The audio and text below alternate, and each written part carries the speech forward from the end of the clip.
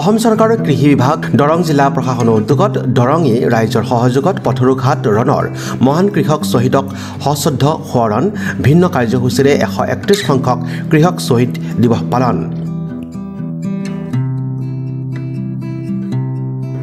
1894 চনৰ 28 ফেব্ৰুৱাৰীত অসমৰ সংগ্ৰামী ইতিহাসত বুকুৰ খনিতেৰে এটি নহজা নপমা অধ্যায় ৰচনা কৰি দেশৰ মাটিত পথৰুঘাটৰ নাম উজ্বলাই ব্ৰিটিছৰ বিৰুদ্ধে খাজানা বৃদ্ধিৰ প্ৰতিবাদ কৰি 140 জন নিৰীহ কৃষকে ব্ৰিটিছৰ গুলী বুকুপাতি লৈ শ্বহীদ হৈছিল।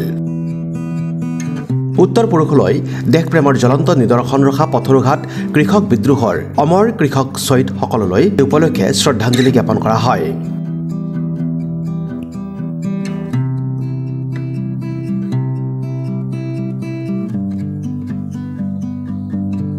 ঐতিহাসিক স্থানখিনিক লৈ নতুন পৰিকল্পনাটো মই আগতে আপোনালোকক ব্যক্ত কৰিছিলোঁ।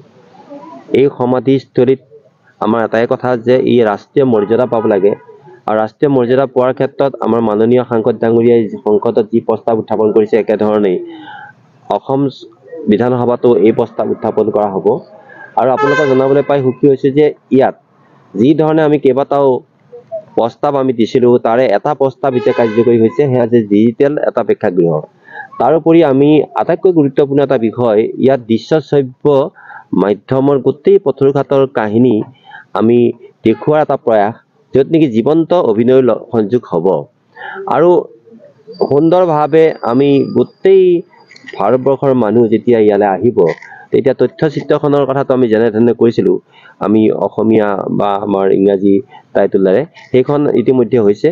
আৰু মই এই কথাটোৱে ক'ব বিচাৰিছোঁ যে আমি আৰু এই গোটেই সমাধিস্থলী আৰু অলপ মাটি লৈ আমি যাতে পৰ্যটনৰ আকৰ্ষণৰ কেন্দ্ৰ বিন্দু কৰিব পাৰোঁ, তাৰ কাৰণেও আমি ইতিমধ্যে পৰ্যটন মন্ত্ৰী গৰাকীক আজি মাতিছিলোঁ। তেখেতৰ লগত যিহেতু আমি কথা পাতিছিলোঁ, যদি তেখেত আহিব নোৱাৰিলেও আমি তেখেতক লগ ধৰি হ'লেও এই যিটো নেকি পথৰুঘাটক লৈ পেলাই এটা সাংস্কৃতিকভাৱে পৰ্যটনৰ আকৰ্ষণৰ কেন্দ্ৰ বিন্দু হিচাপে তেখেতৰ সৈতে এটা সঁহাৰি পাইছোঁ। বিশেষকৈ পৰ্যটন মন্ত্ৰী সিদিনাখন আহিছিল, আপোনালোকে লগ পাইছে যে যিগৰাকীয়ে নেকি পৰ্যটনৰ আকৰ্ষণৰ কেন্দ্ৰবিন্দু কৰিবৰ কাৰণে আমাৰ ৰঞ্জিত কুমাৰ দাস ডাঙৰীয়ায়ো বিশেষ প্ৰচেষ্টা গ্ৰহণ কৰিছে।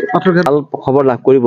কিন্তু এটা কথা মই আপোনাক ক'ব খুজিছোঁ যে আমাৰ ইতিমধ্যে আপোনালোকক আগতেই জনাইছোঁ যে এই যিটো নেকি পথৰুঘাটৰ সমাধিস্থলী কাষেৰে যোৱা এটা গুৰুত্বপূৰ্ণ পথ, যিটো শ্বহীদসকলৰ নামত কৃষক শ্বহীদসকলৰ নামত ইতিমধ্যে নামকৰণ কৰা হৈছে, সেইটো যিহেতু আমাৰ মঙলৈ আমি সকলোৱে জানো যে মঙলৈৰ পৰা একেবাৰে ৰঙিয়ালৈকে ৰঙিয়া ৰাইজমেল ৰঙিয়াৰ মানে যিটো কৃষকৰ যিটো সন্মিলিত যিটো প্ৰতিবাদ, এই গোটেইবিলাকৰ সৈতে সংযোগ কৰি এই পথটো নিৰ্মাণৰ কাম যিহেতু আৰম্ভ হৈছে, আমি আশা ৰাখিছোঁ যে অনতিপলমে এই পথটো 26 চনৰ ভিতৰতে আমি কাম সম্পন্ন কৰিব পাৰিম।